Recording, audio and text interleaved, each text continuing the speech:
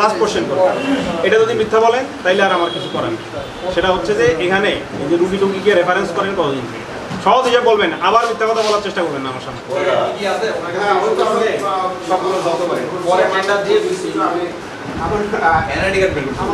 ঠিক আছে, দেখেন উনি ওই যে ডাক্তার আপনার এই বড়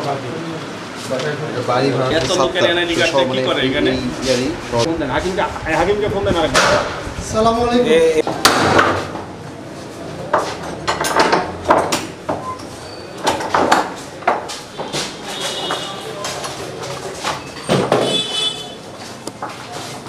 সরকারি ওষুধ দাম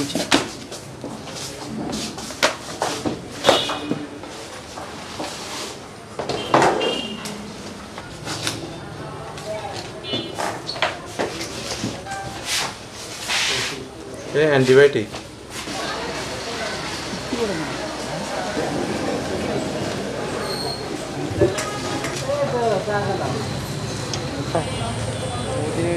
কাজ থাকতে পারে।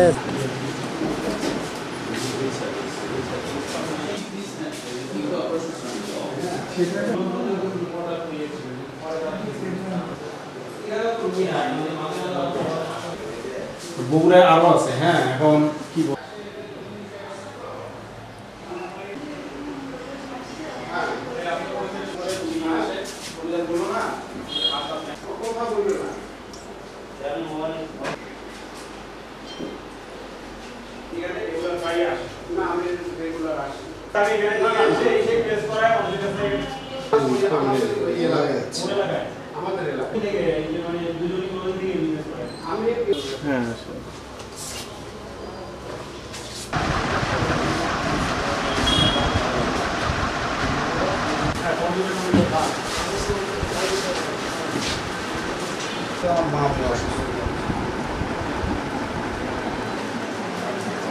হ্যাঁ, আমার তো এখানে হস্টেল আছে, হসপিটাল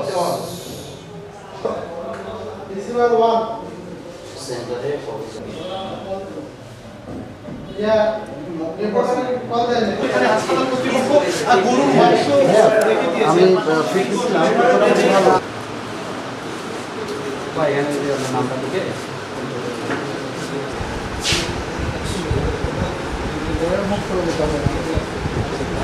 আমি Rashidul Islam, executive magistrate, DC office Bogura. আমরা সুনির্দিষ্ট অভিযোগের ভিত্তিতে ডেপুটি সিভিল সার্জন মহোদয় এবং সেনাবাহিনী এবং পুলিশ সদস্য সহকারে আমরা এখানে জমজম ইসলামিয়া হাসপাতাল সন্টনিয়া ইস্পাহানি মোড়ে মোবাইল কোর্ট পরিচালনা করি।